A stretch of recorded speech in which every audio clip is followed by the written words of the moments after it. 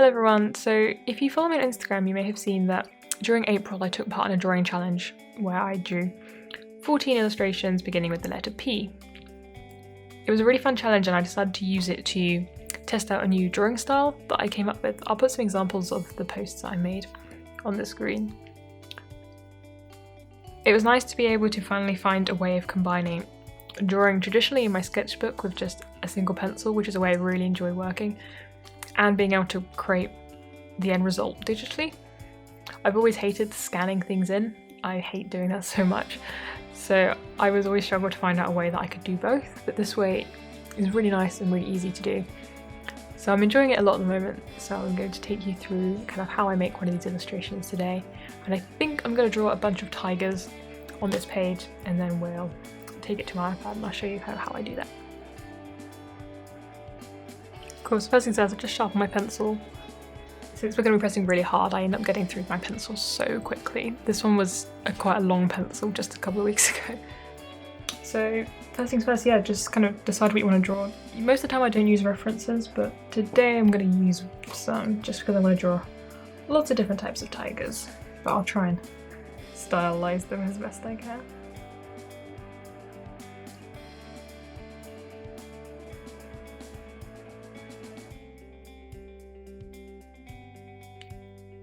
And the good thing is about doing it digitally afterwards is that if I don't like the layout or the composition that I've drawn these things in, that it's very easy to just rearrange it.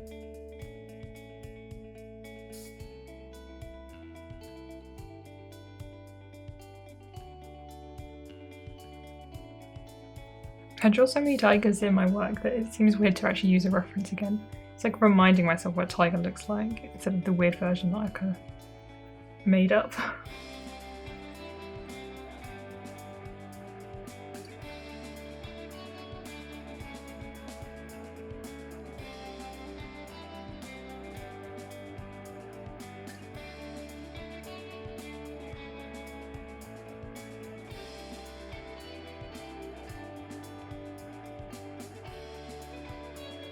What I think is different for the way that I draw digitally and the way I draw when I'm drawing in my sketchbook is it's so much kind of easier to make mistakes and have to commit to it when you're working a sketchbook.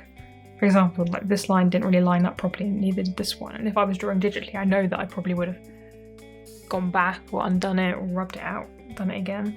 So it's with this kind of technique I know that I'll have to commit to the mistakes, which I think makes better results.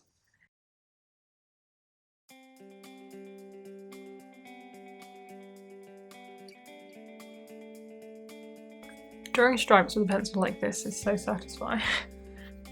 It's really why I enjoy drawing tigers so much. Drawing on this kind of feels like drawing like you're just a kid when you're just like gripping a pencil and you're just like scribbling around.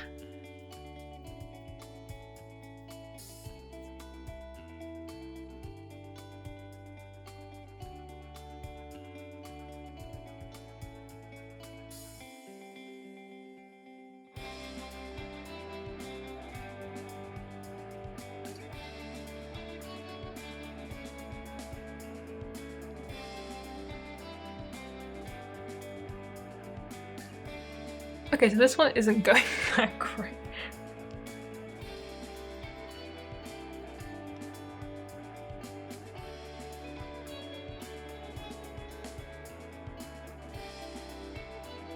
We might edit this one slightly. This is probably a good example of sometimes when ones go a bit too wrong. I'll just like edit this line slightly when we're doing it digitally. I think that's good for now. So for the next step of this process, rather than scanning in the digital drawing, I'm simply just going to take a picture with my iPad. It doesn't need to be like a perfect, as long as it's kind of straight. So that's the photo that I just took. So what we're going to do now is I use Procreate for all my drawings. So I'm just going to open up a new document in Procreate. Let's swap this over.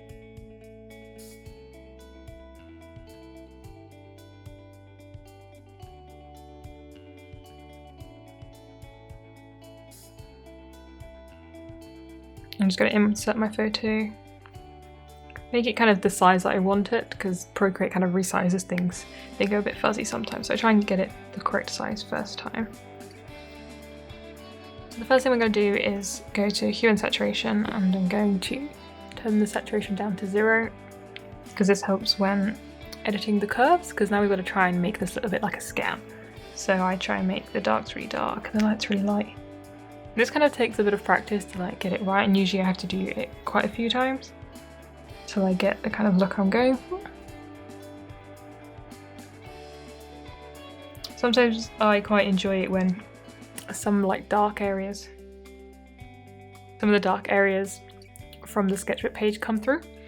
It can sometimes give it quite a nice look on the final drawing.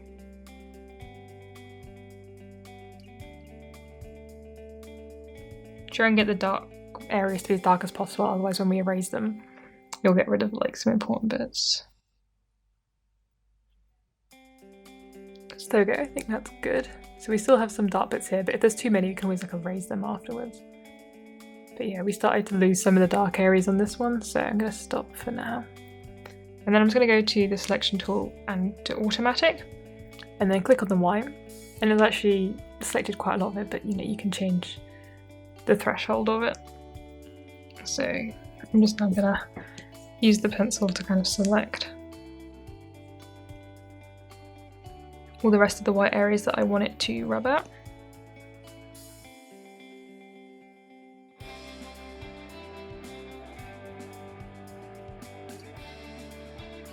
I just personally find this way of doing things is just so much easier than taking the drawing to a scanner and trying to scan it. It's just so much, I don't know, for some people this may be more complicated, but maybe I just really hate scanning things.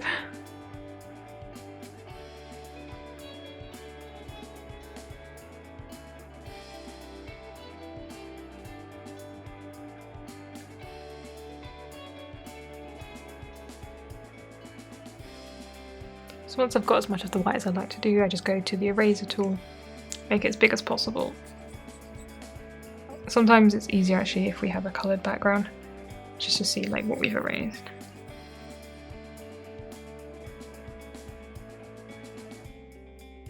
And if we go off selection, then we can just manually rub out all the little extra bits, like the clip and the edge of the page.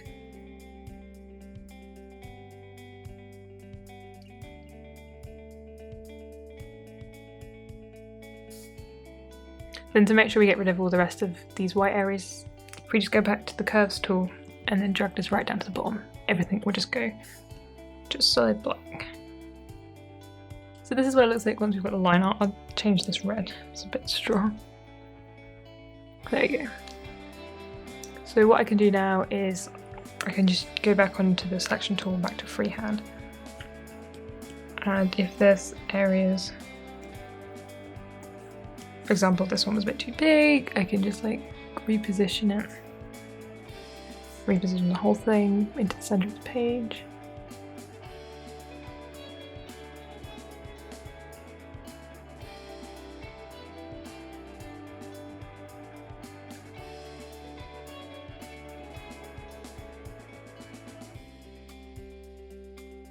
There you go, so quite like that now. And simply what we have to do now is just place a layer underneath and then just colour it in, just kind of if it was like a colouring book.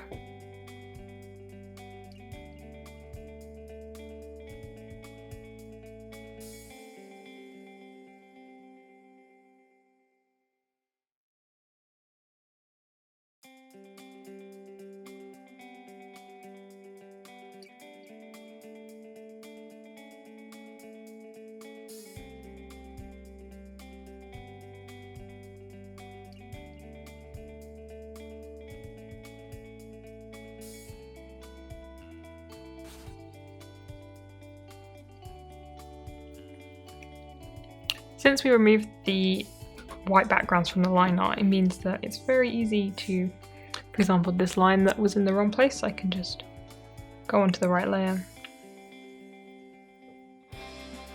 and remove it just like that. And obviously if you have the right brush, you can draw new lines in. So for example, with this one, some of the lines weren't that great, so I could just erase this one first.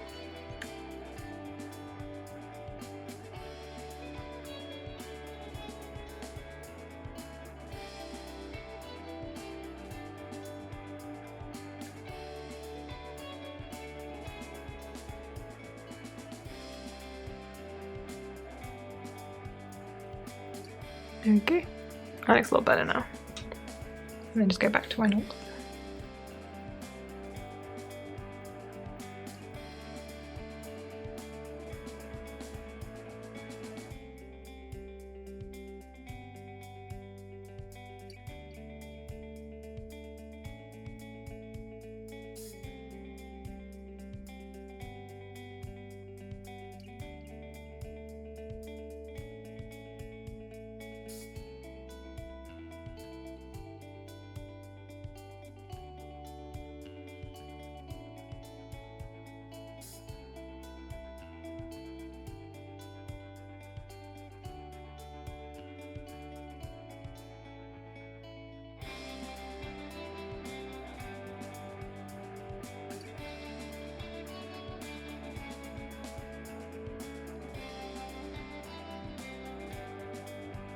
And here it is, here's the finished illustration. It's very simple, but it's just a really fun and quick way. I think this entire process took just under 50 minutes, so very quick to draw and digitally colour